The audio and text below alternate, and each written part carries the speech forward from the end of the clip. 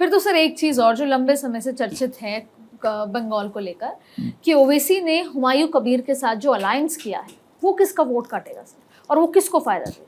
देखो बेसिकली तो it will adversely affect Mumtaz Muslim vote bank, एक तो ये है।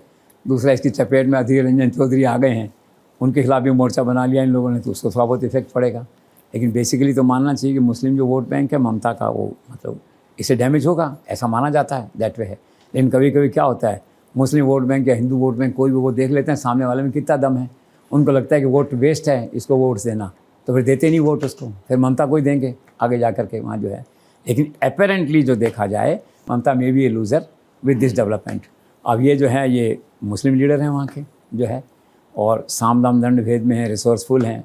अभी NDPC एक्ट का कोई केस वेस भी ममता ने बनाया, 10 करोड़ का कोई बना है, वो पार्टी छोड़ के आ गए, नई पार्टी बना ली उन्होंने। ममता परेशान है।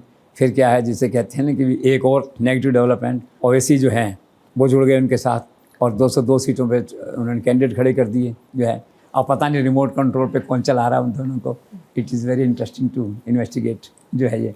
लेकिन ऐसा लगता है कि उसका नुकसान TMC को होना चाहिए। कितना होता है नहीं कह सकते, लेकिन जो डायरेक्शन है वो नेगेटिव है, ऐसा लगता है। बाबरी मस्जिद में एक नहीं बनाऊंगा यहाँ पे अपने गांव में, यही जो कबीर हैं जो है ये, और बनाने लग गए वहाँ। लोग कोर्ट में चले गए, हाई कोर्ट में उनका हम दखल नहीं देंगे, सुप्रीम कोर्ट ने कहा नहीं हम इसमें दखल नहीं देंगे, और मस्जिद अलग बन रही है।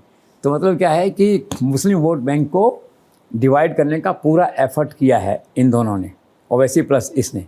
रिमोट कंट्रोल चाहे कहीं भी हो, लेकिन फेस वैल्यू भी यही है।